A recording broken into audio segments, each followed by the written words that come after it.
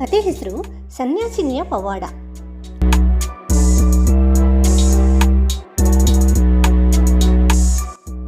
ಬೆಟ್ಟಗಳ ನಡುವೆ ನೆಲೆಸಿದ್ದ ಪುಟ್ಟ ಹಳ್ಳಿ ಹೆಸರು ಹೊನ್ನೆಹಳ್ಳಿ ಅಂತ.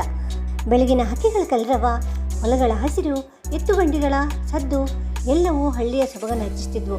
ಆದರೆ ಆ ಹಳ್ಳಿಯಲ್ಲಿ ಒಂದು ಸಮಸ್ಯೆ ಇತ್ತು.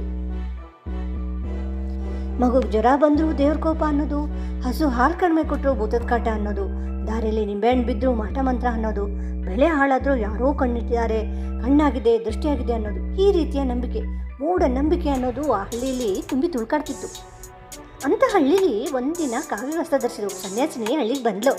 ಅವಳ ಕಣ್ಣಲ್ಲಿ ಶಾಂತಿ, ಮಾತಿನಲ್ಲಿ ಆತ್ಮವಿಶ್ವಾಸ ಇತ್ತು. ಜನರು ಅವಳನ್ನು ದೇವಿಯಂತೆ ಸ್ವಾಗತಿಸಿದರು. ಅದೇ ಸಂಜೆ ಒಬ್ಬ ರೈತ ಓಡ್ತಾ ಬಂದು, ಅಮ್ಮ, ನಮ್ಮನೆ ಹುಡುಗಿಗೆ ಜ್ವರ, ಭೂತ ಹಿಡಿದಿದೆ, ದಯವಿಟ್ಟು ಬನ್ನಿ ಅಂತ ಬೇಡ್ಕೊಂಡ. ಸನ್ಯಾಸಿನಿ ಎಲ್ಲವನ್ನ ಮೌನವಾಗಿ ನೋಡಿದ್ಲು. ನಂತರ ಮಗುವಿನ ತಾಯಿ ಹೇಳಿದ್ಲು, ಮೊದಲು ವೈದ್ಯರನ್ನು ಕರೆಸಿ, ಜ್ವರಕ್ಕೆ ಔಷಧಿ ಬೇಕು, ಭಯವಲ್ಲ.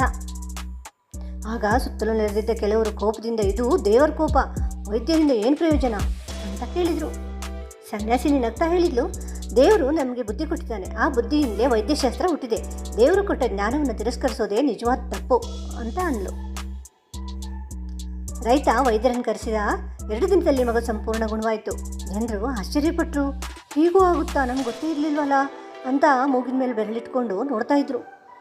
ಹೀಗೆ ಇರುವಾಗ ಕೆಲ ದಿನಗಳ ನಂತರ ಮತ್ತೊಂದು ಘಟನೆ ನಡೀತು. ಜನ ಪ್ರತಿದಿನ ಹಳ್ಳಿ ಬಾವಿ ಬಳಿ ಹೋಗಲು ಹೆದರ್ತಿದ್ರು. ಯಾಕಂದರೆ ಅಲ್ಲಿ ರಾತ್ರಿ ದೆವ್ವ ಕಾಣಿಸುತ್ತೆ ಅಂತ ಎಲ್ಲರೂ ಹೇಳ್ತಿದ್ರು. ಸನ್ಯಾಸಿನಿಗೆ ಆ ವಿಷಯ ಗೊತ್ತಾಯಿತು. ಒಂದು ರಾತ್ರಿ ಒಬ್ಬಳೇ ಬಾವಿ ಬಳಿ ಹೋಗಿ ಕೂತ್ಕೊಂಡ್ಳು. ಬೆಳಗ್ಗೆ ಜನ ಎಲ್ಲ ಓಡ್ ಬಂದರು. ಓಹೋ, ಸನ್ಯಾಸಿನಿಗೆ ಏನೋ ಆಗಿಬಿಟ್ಟಿದೆ, ದೆವ್ವ ಮೆಟ್ಟಿದೆ ಅವಳಿಗೆ ಅಂತ ಹೆದರ್ಕೊಂಡು ಒಬ್ಬರೊಬ್ಬರಾಗಿ ಬಂದು ಇಣ್ಕಾಡ್ತಿದ್ರು. ಆದರೆ ದೆವ್ವ ಎಲ್ಲಿದೆ ಅಂತ ಕೇಳಿದರು. ದೆವ್ವನ ನೀವು ನೋಡಿದ್ರಾ ಅಂತ ಕೇಳಿದರು. ಸನ್ಯಾಸಿನಿ ನಿಜವಾಗಿ ನಗ್ತಾ ಕೂತಿದ್ಲು. ಸನ್ಯಾಸಿನಿ ಬಾವಿ ನೀರನ್ನು ತೋರಿಸಿದ್ಲು. ರಾತ್ರಿ ಚಂದ್ರನ ನೆರಳು ನೀರಲ್ಲಿ ಬಿದ್ದು ಗಾಳಿಗೆ ಅಲ್ಲಾಡುತ್ತೆ, ಅದನ್ನೇ ನೀವು ದೆವ್ವ ಅಂತ ತಿಳ್ಕೊಂಡು ಭಯಪಟ್ಟಿದ್ದೀರಿ ಅಂತ ಹೇಳಿದ್ಲು. ಜನರು ಎಲ್ಲರೂ ಮೌನ ಆದರು. ಆ ದಿನದಿಂದ ಹಳ್ಳಿಯಲ್ಲಿ ದೊಡ್ಡ ಬದಲಾವಣೆ ಶುರು ಆಯಿತು. ಒಬ್ಬೊಬ್ಬರಾಗಿ ಮಕ್ಕಳನ್ನ ಶಾಲೆಗೆ ಕಳಿಸ್ಲಿಕ್ಕೆ ಪ್ರಾರಂಭ ಮಾಡಿದರು. ಅನಾರೋಗ್ಯ ಬಂದರೆ ಡಾಕ್ಟರ್ ಹತ್ರ ಹೋಗ್ಲಿಕ್ಕೆ ಶುರು ಮಾಡಿದರು. ಕೃಷಿಯಲ್ಲಿ ಹೊಸ ವಿಧಾನಗಳನ್ನು ಕಲಿತರು. ರೈತರು ಸೋಮಾರ್ತನ ಬಿಟ್ಟು ಅವರ ಹೊಲಗಳನ್ನೆಲ್ಲ ಉಳುಮೆ ಮಾಡಿ ಬಿತ್ತನೆ ಶುರು ಮಾಡಿಕೊಂಡ್ರು. ಈ ರೀತಿಯಲ್ಲಿ ಹಳ್ಳಿಯ ವಾತಾವರಣವೇ ನಿಜವಾಗಿ ಬದಲಾವಣೆ ಆಗ್ತಾ ಬಂತು.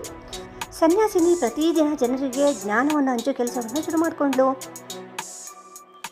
ಕೆಲ ವರ್ಷಗಳ ನಂತರ ಹೊನ್ನೆಹಳ್ಳಿ ಸುತ್ತಮುತ್ತಲಿನ ಅತ್ಯಂತ ಪ್ರಗತಿಪರ ಹಳ್ಳಿಯಾಗಿ ಪ್ರಸಿದ್ಧಿಯಾಯಿತು. ಒಂದಿನ ಸನ್ಯಾಸಿ ಆ ಹಳ್ಳಿನ ಬಿಟ್ಟು ಹೊರಡೋಕ್ಕೆ ತಯಾರಾದ್ಲು.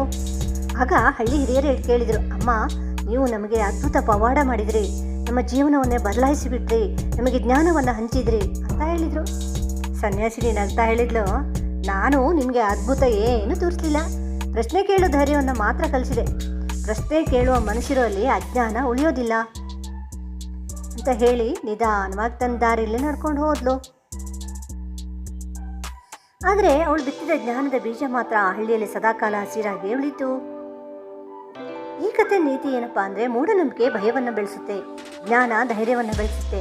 ದೇವರನ್ನು ನಂಬೋದು ಒಳ್ಳೆಯದು, ಆದರೆ ದೇವರು ಕೊಟ್ಟ ಬುದ್ಧಿ ಮತ್ತು ವಿವೇಕವನ್ನು ಬಳಸುವುದು ಅದಕ್ಕಿಂತಲೂ ಶ್ರೇಷ್ಠ. ಸ್ನೇಹಿತರೆ, ಈ ಕಥೆ ನಿಮಗೆ ಇಷ್ಟ ಆದರೆ ಚಾನಲನ್ನು ಸಬ್ಸ್ಕ್ರೈಬ್ ಮಾಡ್ಕೊಳ್ಳಿ, ವಿಡಿಯೋಗೊಂದು ಲೈಕ್ ಕೊಟ್ಟು ಶೇರ್ ಮಾಡಿ. ನಮಸ್ಕಾರ.